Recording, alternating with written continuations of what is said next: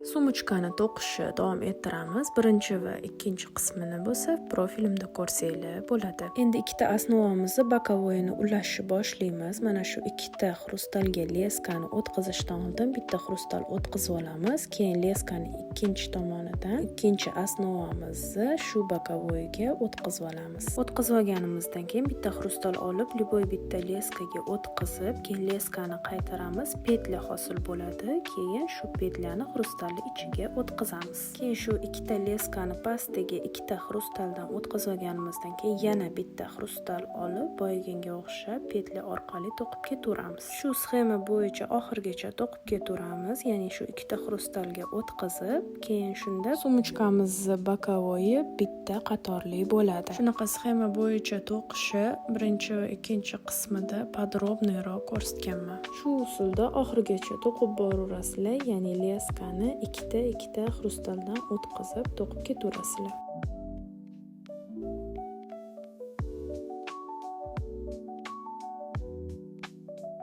Bokovoyi polni to'qib olganinglardan keyin leskani qolganini xrustallarni orasidan o'tkazib yuborasizlar, keyin ortiqchasini kesib tashlaysizlar. Polni qanaqa leskalarni o'tkazishimni o'rganmoqchi bo'lsanglar, Telegramga alohida video tashlab qo'yganman. Endi alohida yana leska kesib olasizlar, keyin sumkani o'rtasini topib, keyin ikkita yonidagi, o'rtadagi, qatordagi xrustaldan leskani o'tkazib olasizlar, keyin leskani bitta tarafiga 13 ta xrustal o'tkazib olasizlar. O'tkazib bo'lganinglardan keyin oxirgi xrustaldan leskani qaytarasizlar, keyin petля qilganinglardan keyin o'sha tepadagi leskani qaytarasizlar, mana shu 13 ta durdan. Keyin bu ikkita leskani yana sumkani orasidan o'tkazib tashlaysizlar.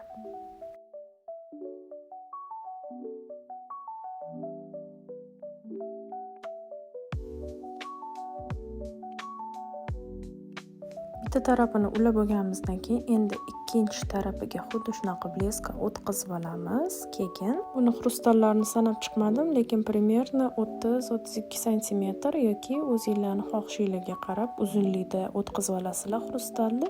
Keyin buni ham xuddi boyaganga o'xshab qaytarib sumkani orasidan leskani o'tkazib chiqasizlar.